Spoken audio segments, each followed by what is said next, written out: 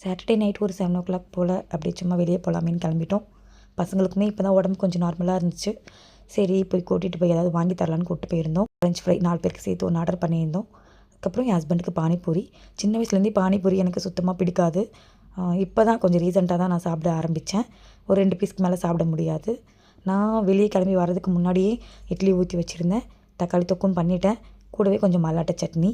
என் ஹஸ்பண்டுக்கு சிக்கன் குழம்பு மட்டன் குழம்புமே இருந்தாலும் அந்த மல்லாட்டை சட்னி இல்லாமல் ஃபினிஷ் ஆகாது. ஸோ அவருக்கு கொஞ்சமாக மல்லாட்டை சட்னி அரைச்சி வச்சுட்டு தான் வந்திருந்தேன். போன வாட்டி தாத்தா ஊர்லேருந்து வரும்போது ஒரு 1 லிட்டர் தேன் எடுத்துகிட்டு வந்திருந்தாங்க. எனக்காகவே மலைக்கு போய் எடுத்துகிட்டு வந்த தேன் அது.